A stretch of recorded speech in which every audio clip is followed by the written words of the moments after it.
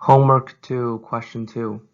So the question give us a lot of default probability, which is such as probability of x1 equals to 0 is equal to 0.2. Probability of x1 equals to 1 is equal to 0.8. And for probability of x k plus 1 is equal to 0 over x k equals to 0 is 0.6 such. So A, find the probability of x2 equals to 1.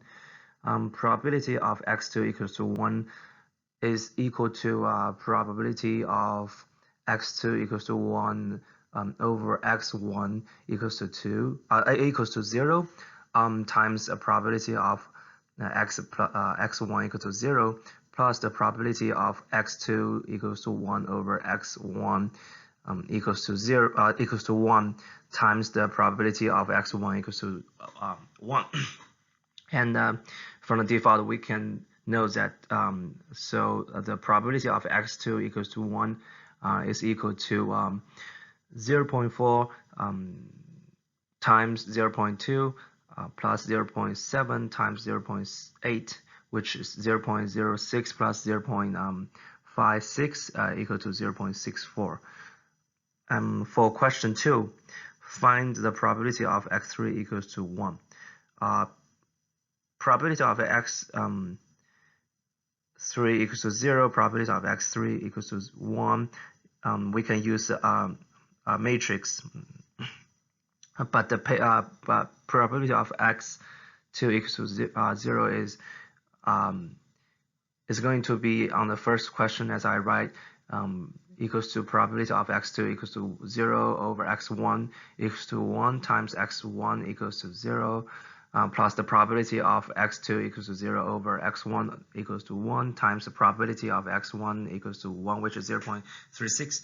So the matrix now is going to be 0.36, 0.64 times 0.6, 0.4, 0.3, 0.7, which give us that 0.408 and 0.592. So the probability of x3 equals to 1 is 0.592. Question C, find the probability of x equals to 0 over x3 equals to 1.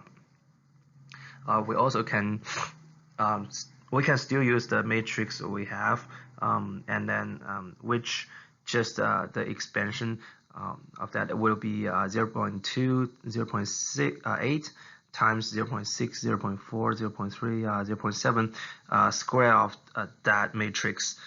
So the probability of x1 equals to 0 over x3 equals to 1 is equal to the probability of x1 equals to 0, x3 equals to 1 over probability of x3 equals to 1, which is probability of x3 equals to 1 over x1 equals to 0 times the probability of x1 equals to 0 over probability of x3 equals to 1. Now we have everything we need, and then we plug in the numbers. Now so the answer would be just using 0.52 times 0.2 over the probability of x3 over 1, which is 0.592, will give us 0.17.